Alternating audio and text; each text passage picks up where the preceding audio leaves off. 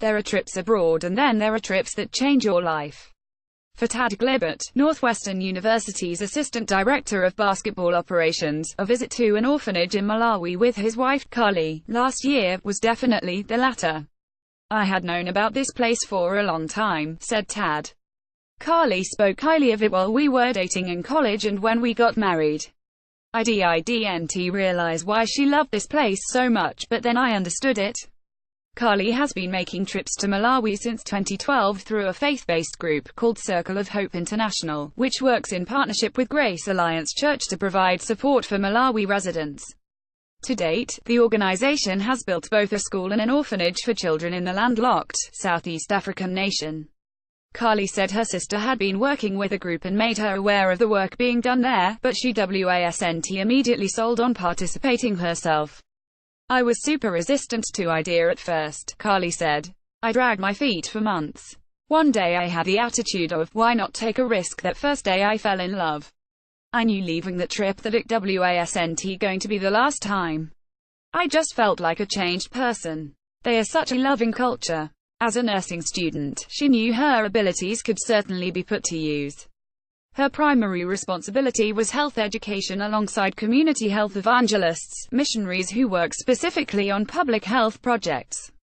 "My very first trip, they just put it in your hands," Carly recalled. "You're really the master of your project, whatever your skill is."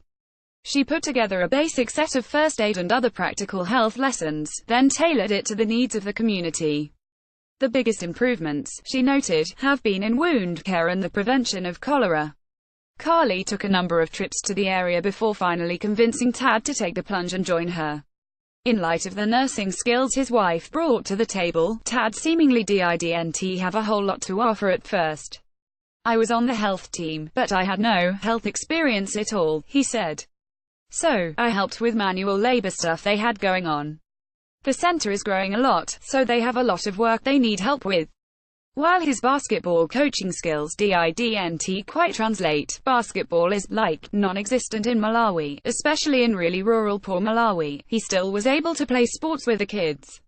"Obviously, soccer is huge. I played college soccer, so we ended up playing a lot."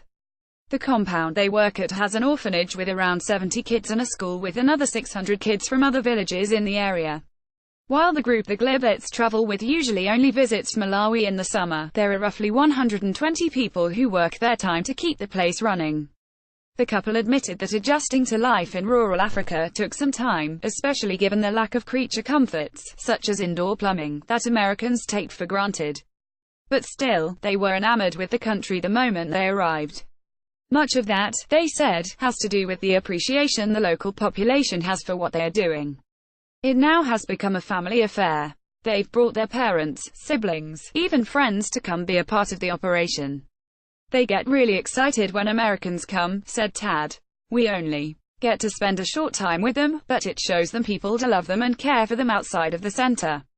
They are pushing to make sure something comes of their lives instead of just barely scraping by."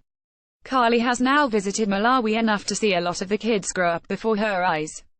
It has had a profound impact on her, especially since she and Tad don't have children of their own.